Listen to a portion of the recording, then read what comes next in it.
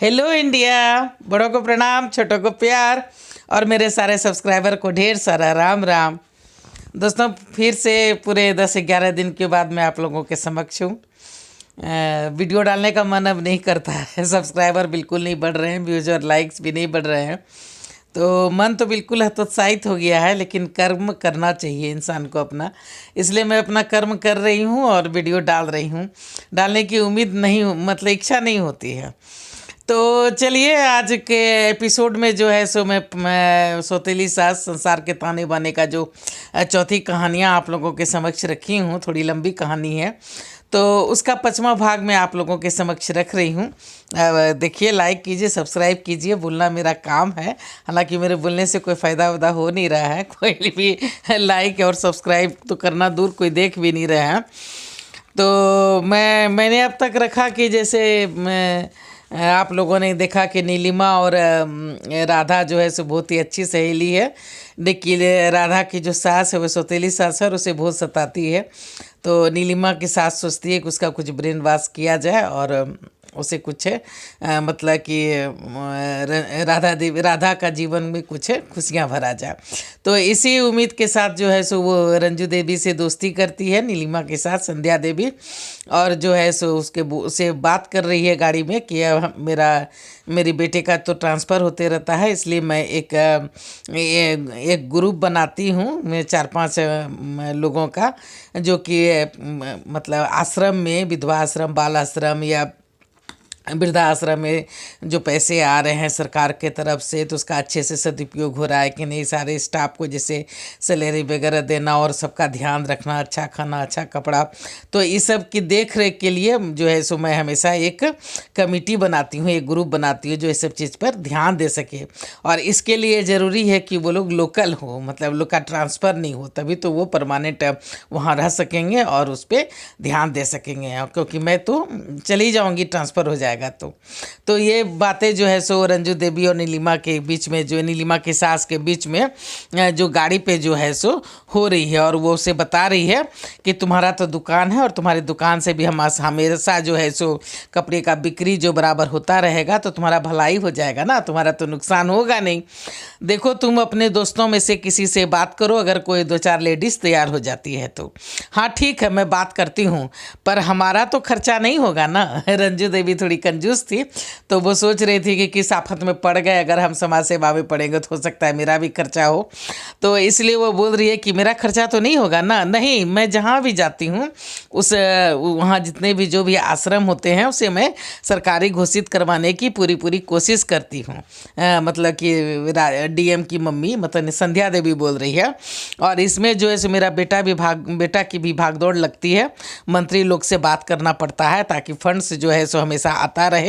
बड़े बड़े सेठ साहूकार भी बीच बीच में चेक देते रहते हैं, तो तुम्हारी बस कुछ समाज सेवा हो जाएगी, कुछ वक्त कट जाएगा और जो है सो कुछ पुण्य भी तुम कमा लोगी, तुम्हारा कोई भी खर्चा इसमें नहीं लगेगा। तो उसके बाद जो है सो रंजू देवी जो है सो बोलती है कि अच्छा ठीक है। जब वो सोचती है कि कुछ खर्चा नहीं लगेगा तो वो तैयार हो जाती है, बोलती है कि हाँ, पुण्य की तो हमें बहुत ज़रूरत है, मुझे पाप जो इतना किया है। रंजू देवी खुद में बड़बड़ा उठती है, मतलब धीरे धीरे, कुछ कहा तुमने? तभी संध्या देवी उसे टोक देती है कि कुछ कहा तुमने? नहीं, बस यूँ ही। चलो, हम लोग पहुँच गए। चारों तरफ मीडिया, फोटोग्राफर सब लगे हुए थे। रंजू देवी खुश हो गई थी, सबों को उपहार बांटे गए। 1 घंटा जो है सो कैसे बीत गया कुछ पता ही नहीं चला। 1 घंटा दोनों रुकी और उसके बाद जो है सो दोनों, संध्या देवी जो है सो और रंजू देवी दोनों जो है सो वापस आने लगी। तो घर पे आकर के रंजू देवी को संध्या देवी छोड़ती है और एक चेक उसके हाथ में थमा दिया, ये लो पूरे 5 लाख का चेक। क्या? रंजू खुश हो गई, इतने की बिक्री हो गई? हाँ, पूरा 1 लाख का प्रॉफिट हुआ होगा। क्यों सिंटू? तब तक सिंटू भी जो है सो दुकान बंद करके घर पे आ गया था, तो उससे भी भेंट हो गई। तो हाँ आंटी, पूरे 1 लाख नहीं, 1.5 लाख का। सोचो, हर पर्व त्यौहार में तुम्हें जो है सो प्रॉफिट होगा, साथ में पुण्य भी। और हाँ, कल न्यूज़ में जो है सो तुम्हारा फोटो भी आएगा, अखबार में भी आएगा। चलती हूँ, देखना। संध्या ने जाते जाते सुना, रंजू बोल रही थी कि ये चेक तू ही रख ले, अपने खाते में डाल देना। पर माँ अरे नहीं रे, बच्चे का नया साल शुरू हो रहा है, स्कूल के फीस वगैरह देने में मदद हो जाएगी। राधा खुश हो गई। नीलिमा और संध्या की मेहनत जो है सो वो रंग लाना शुरू कर दिया था, मतलब रंजू देवी कुछ कुछ सुधर रही थी। देखते ही देखते रंजू देवी जो है सो छा गई। अब वो पूरी की पूरी बदल गई थी। उसका स्वभाव भी सिंटू और राधा के साथ अब धीरे धीरे नॉर्मल होने लगा था। वो पश्चाताप के आंसू बहाने लगी थी। अब उसका जमीर जो है सो वह जाग चुका था। उसे बरबस अतीत में खींच ले जाता। कैसे वो सिंटू को मारा पिटा करती, घंटों काम करवाती, ठीक से पढ़ाई नहीं करने देती थी। कभी कभी तो अपने बच्चों का जूठा खाना तक खिला देती, कभी कभी भरपेट खाना भी नहीं देती थी। बदले में कुछ भी नहीं करता था। वो शादी भी उसका नहीं करवाना चाहती थी। वो तो लोगों के कहने से, तानों से घबरा करके, और अपने बेटों की भी उम्र हो गई थी शादी का। अब बड़ा कुमारा रहे तो छोटों की शादी कैसे हो, लोग क्या कहेंगे। तो इसीलिए मजबूरी में उसने उसकी शादी की थी। सिंटू ने बीए पास करते ही, सिंटू के बीए पास करते करते जो है सो बाप मर गया था। उसने कैसे दुकान घर सब संभाल लिया था। उसकी जिद थी कि यहीं दोनों बेटियों को बिहाएगी ताकि ज़िंदगी भर तो उसे देखता रहे, मुझे भी चैन मिले। उसने बहुत ही होशियारी से दोनों बहन की शादी की थी। दोनों भाइयों को पढ़ा लिखा कर इंजीनियर बनाया था। उसके सगे बेटे और बहू कभी उसे मान नहीं देते। सेवा करनी तो दूर की बात थी, वो उसका भला करती, उसका घर भरती रही। राधा के शौक पूरे ना हो सके। सिंटू खुद नहीं पढ़ पाया, इसलिए तो बच्चों को डर से हॉस्टल में रखा है ताकि वो पढ़ सके, क्योंकि घर में रोज़ जो है सो चिक चिक मची रहती है, कोई न कोई आते जाते रहता है। तो इससे बच्चों की पढ़ाई में जो है सो हर्जा हो रहा था, इसलिए वो उसे हॉस्टल में रख दिया। बच्चों के बिना घर सूना लगता है। राधा भी बहुत रोती है छुप छुप के, पर सिंटू के डर से कुछ नहीं कहती। मुझे जो है सो मुझे ही अब कुछ करना होगा। मतलब ये रंजू देवी में बदलाव आ रहा है राधा की सास में, और वो सोच रही है समय का काम है, चलना चलता जाना और चलता जाता है। और कुछ महीने जो है सो और बीत गए थे। एक दिन नीलिमा की सास संध्या देवी बाजार में किसी मॉल से निकल रही थी, तभी अंजू की नज़र उस पर पड़ गई। आंटी आंटी, अरे अंजू प्रणाम आंटी, कैसी हो? ठीक है, ये मेरी बड़ी बहन है मंजू। अच्छा, ये डीएम की मम्मी है, डीएम आंटी। अच्छा प्रणाम, इधर कुछ काम से आए थे, पार्लर आए थे आंटी। मतलब दोनों में बातचीत हो रही है। अरे बड़े प्यारे बच्चे हैं, ट्विंस हैं क्या? नहीं, एक मेरा बेटा है अक्की, और ये जेठ जी का बेटा अनिल। अक्की और अनिल, अच्छा नाम है। संध्या ने ढेरों चॉकलेट निकाल करके दोनों के हाथ में थमा दिए। ये लो, आओ कहीं बैठ के बातें करते हैं, ये रेस्टोरेंट अच्छा लग रहा है। दोनों बहन लपकी। भूख लगी है बच्चों? जी आंटी। आंटी नहीं, मैं ग्रैनी हुई। तुम्हारी किस क्लास में है? ग्रैनी हुई तुम्हारी, किस क्लास में हो? 4 में। अच्छा, किस स्कूल में? Saint Thomas. अच्छा चलिए, मीनू देख करके ऑर्डर कीजिए। जी, ये बार बार मम्मी की तरफ मत देखो, मम्मी कुछ नहीं कहेगी। हम बच्चे जो है सो मम्मी की तरफ देख रहे थे कि मतलब खाऊं कि नहीं, ऑर्डर दूं कि नहीं। तो वही बोल रही है मम्मी की तरफ मत देखो, मैं हूँ ना। दोनों बहनें जो है सो हंस पड़ी। और सुनाओ, सब ठीक है ना? हाँ, आप इधर बहुत दिन से दिखी नहीं आंटी। मतलब अंजू बोल रही है कि आप इधर बहुत दिनों से दिखी नहीं आंटी। हाँ, मैं सोमेश के पास चली गई थी, वो बीमार था, अभी शादी नहीं हुई है ना, अकेला है इसलिए। अच्छा, और सुनाओ मम्मी कैसी है? हाँ ठीक है। मेरे पीछे आश्रम जाती थी कि नहीं? हाँ हाँ जाती थी, मेरे सास ससुर भी जुट गए हैं उसके साथ।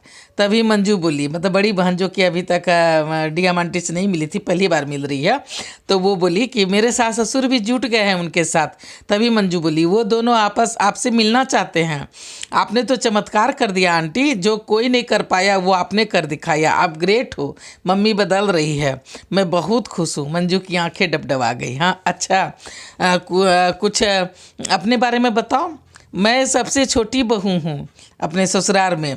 मेरे बड़े जेठ जी भैया के दोस्त हैं, बचपन से साथ खेला कूदा पढ़ा लिखा था, उन्हीं की दोस्ती के कारण मेरी शादी हुई। हमारा जॉइंट फैमिली है, 4 मंजिल मकान है, प्यार करने वाला सास ससुर है, 3 फ्लैट हम तीनों के नाम है। बड़े का कपड़े का व्यापार, मंझले का मेकअप और फैशन के सामानों का दुकान है, और मेरे पति का छोटा सा रेस्टोरेंट है। इतना बड़ा तो नहीं, लेकिन एक छोटा सा रेस्टोरेंट है। अच्छा, और बच्चे? सबों के 2-2 बेटे हैं, मुझे एक बेटी एक बेटा है, मंजू बता रही है।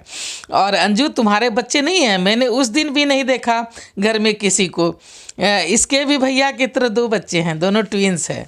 तो इसीलिए उस दिन रंजू देवी बोल रही थी कि हमारे बड़ा बेटा को जो है सो ट्विंस है और छोटी बेटी को भी ट्विंस है, इसलिए वो गई थी अपना छोटा बहू का ये करवाने के लिए, जांच करवाने की कहीं उसे तो ट्विंस नहीं है।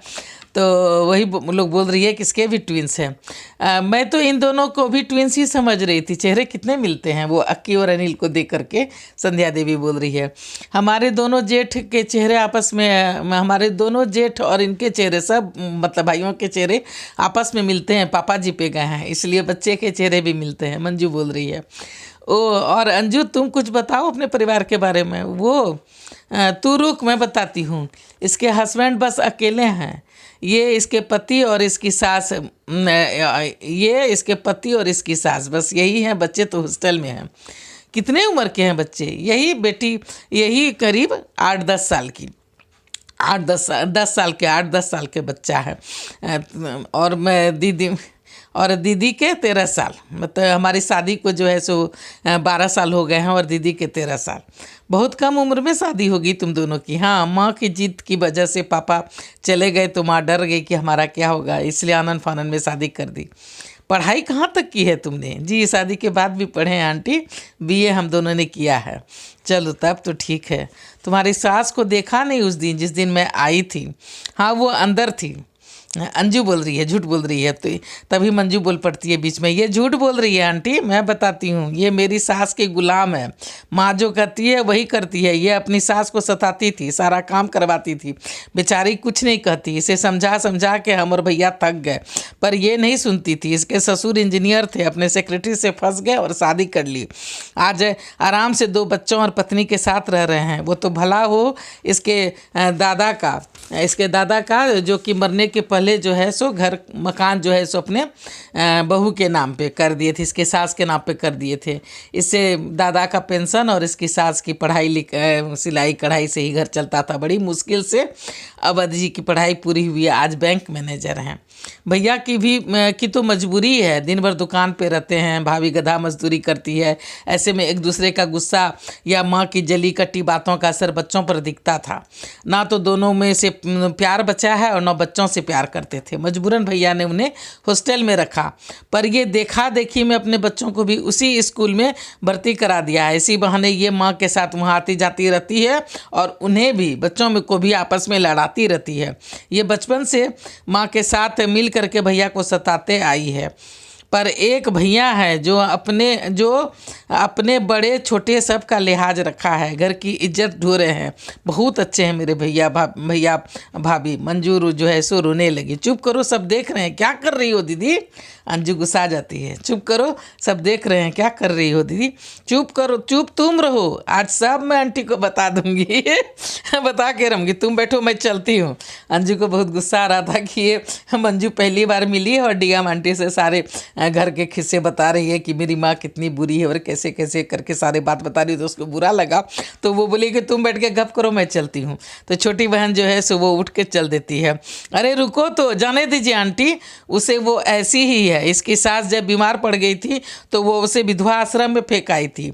अब जब आपसे दोस्ती हो गई है माँ की, तब कहीं जा करके घर का भेद नहीं खुल जाए, इसलिए माँ ने इसकी सास को जो है सो वापस बुलवा लिया है। क्या? हाँ, हमारे घर में भी माँ शुरू में बहुत आती जाती थी। हमें भी जो है सो लड़ाते रह, हम भी अपने जेठ जिलों के साथ जो है सो लड़ाती रहती थी। उसी का नतीजा निकला कि पापा जी ने 2 मंजिल और बनवाई, घर में हिस्सा तक हो गया। पर बाद में मैंने समझदारी से काम लिया। मेरे जेठ जी ने कहा कि मैं सिर्फ सिंटू का मुंह देख करके तुम्हें घर लाया था, पता नहीं था कि अपने घर में खुद आग लगा लूँगा। उस दिन मेरी आंखें खुल गई आंटी। अब मैं भैया भाभी के साथ अच्छा व्यवहार करती हूँ। माँ की बात एक कान से सुन के दूसरे कान से निकाल देती हूँ। मेरे दोनों भाई गेस्ट की तरह आते हैं, 4 दिन में निकल जाते हैं, कभी खबर ली कभी नहीं। पर भैया महीने में एक बार जरूर आते हैं, समय निकाल के हमें देखने। हर पर्व त्यौहार में पूरे परिवार को कपड़ा मिठाई सब कुछ उपहार दे के जाते हैं। करती माँ हैं और भरते भैया हैं, सबों से माफ़ी मांगते रहते हैं। बहुत अच्छे हैं मेरे भैया भाभी, इसलिए अब हम एक हो गए हैं, प्यार से रहते हैं। पर्व त्यौहार में खाना पीना साथ ही करते हैं। माँ हमें अलग तो करवा दी, पर हमने अपने प्यार को बचा लिया है आंटी, बोल के जो है सो मंजू सिसक पड़ी। अब मैं यहीं तक आप लोगों के समक्ष रखती हूँ। थोड़ी बड़ी सी कहानी है सौतेली सास। तो अब देखिए आगे जो है सो फिर मैं रखूँगी। तो अब कैसा लगता है आप लोग देखिए, इसे लाइक कीजिए, सब्सक्राइब कीजिए। और अगर यहाँ तक वीडियो देख लिए हैं तो अच्छा लगा है तो प्लीज़ लाइक करके जाइए और सब्सक्राइब कीजिए। सब्सक्राइब करने में कुछ पैसे नहीं लगते हैं और बेल बटन दबाइएगा तो मैं जब भी जो है सो नया वीडियो डालूँगी तो आप लोग को नोटिफिकेशन मिलेगा। और मुझे जो है सो कोऑपरेशन की बहुत ज़रूरत है।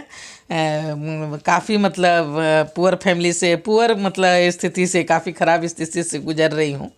तो बहुत ज़रूरी है आप लोगों का सहयोग। तो प्लीज़ लाइक कीजिए, सब्सक्राइब कीजिए। आप लोग का इसमें पैसा नहीं लगेगा लेकिन मेरी कुछ मदद हो जाएगी। अगर हमारे सब्सक्राइबर बढ़ते हैं तो मेरे सब्सक्राइबर बिल्कुल नहीं बढ़ रहे हैं और समय नहीं मिल पाता है और उतना जो है सो एडिटिंग वगैरह नहीं जानती हूँ। और वैसे भी राइटिंग से संबंधित है, किताब कहानी उपन्यास लिखती हूँ तो उसे आप लोगों के समक्ष रखना है। तो इसमें एडिटिंग कैसे करूँ मैं नहीं समझ पाती हूँ और मुझे आता भी नहीं है। तो आप लोगों का सहयोग चाहती हूँ, तो कुछ मदद कीजिए आप लोग। प्लीज़ लाइक कीजिए, सब्सक्राइब कीजिए। अब मैं अपनी वाणी को यहीं पे विराम देना चाहती हूँ। जय भोलेनाथ, हर हर महादेव।